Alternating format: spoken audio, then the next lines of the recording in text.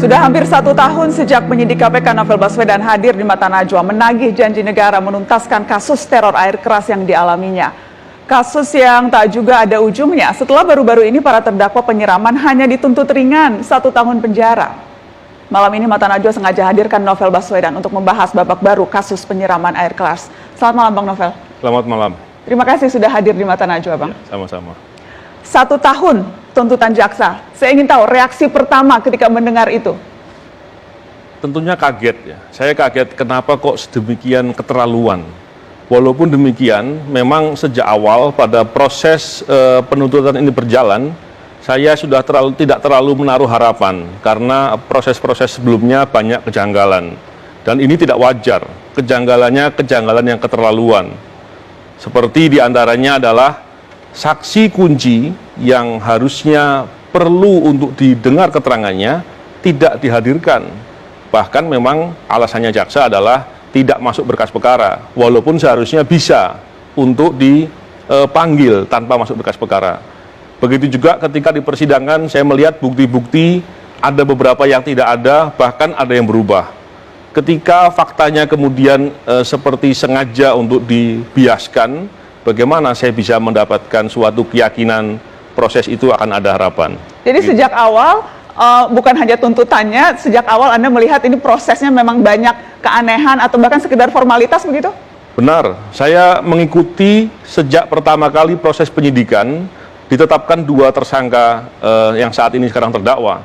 Saya sempat bertanya kepada penyidik, apa yang menjadikan keyakinan penyidik sehingga 2 orang ini diyakini pelakunya?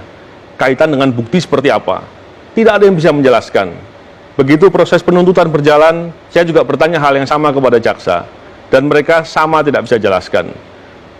Kemudian ketika mendengarkan dakwaan yang dibacakan, dakwaannya membuat seolah-olah airnya air aki. Seolah-olah hanya dilakukan oleh 2 orang.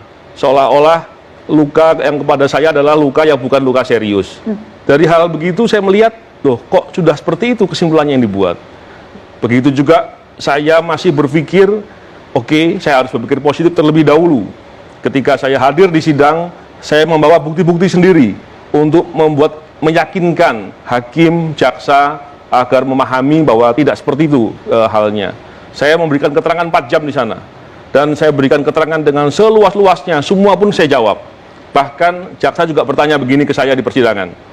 Kalau seandainya Anda jadi penyidiknya, ada suatu kasus, kemudian ada orang menyerahkan diri, apakah terus kemudian Anda mau proses atau dibiarkan tidak diproses?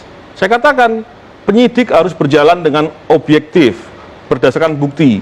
Orang memberikan keterangan dilihat, dikaitkan dengan bukti-bukti, di cross keterangannya itu benar apa tidak.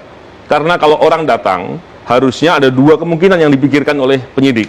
Yang pertama adalah apakah dia datang itu karena keinsafan mengakui perbuatan, atau memang dia disuruh oleh seseorang untuk mengakui, pasang badan, menutupi peran orang lain dengan sejumlah imbalan.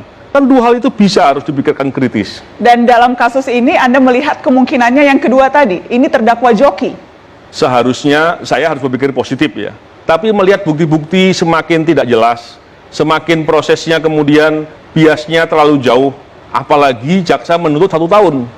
Semakin saya kira, udah deh kalau jaksa nggak yakin, kalau buktinya nggak ada, daripada nanti orang dipaksa-paksakan dengan bukti mengada-ngada, lebih bagus dilepas. Dilepas saja? Daripada orang yang kemudian dipaksa-paksakan, dikondisikan, faktanya seolah-olah seperti itu, terus dihukum, justru malah penyimpangannya terlalu jauh nanti. Dan itu yang Anda amati, itu yang Anda lihat, itu yang Anda perhatikan sepanjang jalannya persidangan, bahwa sesungguhnya 2 terdakwa ini bukan terdakwa yang betul-betul melakukan penyiraman air keras terhadap Anda? Saya bertanya kepada penyidik, dijawab dia tidak tahu. Buktinya, kaitannya, saya nggak pernah penjelasan. Saya bertanya kepada jaksanya, dia juga nggak tahu. Saya bertanya ke saksi-saksi yang melihat pelaku, mereka bilang tidak yakin kalau itu pelakunya. Saya tidak lihat, cuman dari semua hal yang saya lihat, fakta-fakta itu, rasanya bagaimana saya bisa yakin? Saksi kunci yang Anda sebutkan tidak dihadirkan ke sidang, itu saksi kunci yang melihat apa? Jadi begini, sebenarnya peristiwa penyerangan kepada saya ini dimulai dengan pengintaian. Setidak-tidaknya 2 minggu sebelum saya diserang.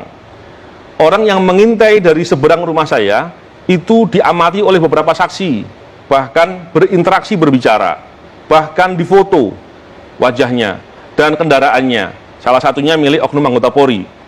Kemudian, dari mana mereka bisa diyakini itulah orang yang mengamati? Karena dalam komunikasi dia bercerita bahwa dia sedang mencari novel, menunjuk ke rumah saya, mengamati ke rumah saya, sehingga orang sudah jelas bahwa ini mengamati rumah saya.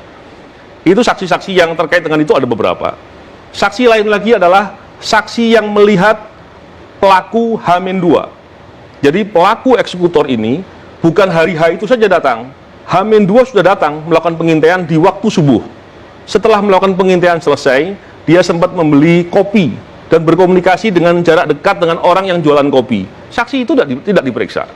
Begitu juga dengan H-1. Ada salah seorang imam masjid di tempat saya, itu sempat melihat dengan jarak yang cukup dekat untuk mengamati dan sempat bertatapan muka dengan pelaku. Hal ini jelas harusnya bisa dilihat korelasi itu, karena fakta-fakta itu bisa menunjukkan bahwa satu, pelakunya itu atau bukan. Yang kedua, bahwa pelakunya sudah melakukan pengamatan sebelumnya dan ada rangkaian dengan orang-orang lain. Hal ini kemudian ketika tidak diperiksa dengan alasan hanya fokus kepada perbuatan saat kejadian dan setelahnya, tapi setelah tuntutan jaksa mengatakan enggak cuma 2 orang. Artinya saya mau garis bawahi bahwa kalau mau meriksa pelaku saja saat eksekutor, jangan mengambil kesimpulan bahwa cuma 2 orang, sebelumnya tidak ada orang lain lagi. Sedangkan fakta-fakta tidak diperiksa. Saya kira ini kan suatu hal yang keterlaluan ya. Kalau dibilang karena ketidaktahuan, tidak mungkin. Dan Anda sudah menyampaikan ini langsung ke majelis hakim ketika Anda diperiksa selama 4 jam. Sebelumnya pun Anda menyampaikan ini kepada jaksa, dan tetapi tidak pernah ada tanggapannya rata-rata apa? Hanya seperti itu saja? Saya menyampaikan di persidangan, majelis hakim menyampaikan bahwa persidangan hanya memeriksa itu. Untuk keterangan sebelum itu tidak diperiksa lebih dahulu karena kita fokus kepada perbuatan penyerangan. Saya pikir oke, kita mau lihat. Begitu juga dengan ketika jaksa saya beritahu bahwa faktanya ada hal ini dan lain-lain.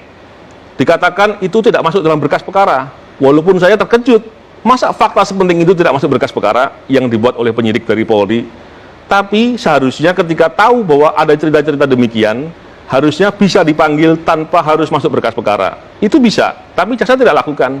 Nah ini yang hal-hal yang saya lihat, serius nggak sih meriksanya ini? Kita lanjutkan setelah pariwara. Serius tidak sih memeriksanya? Yang jelas hanya 1 tahun tuntutannya. Kita akan bahas setelah pariwara berikut.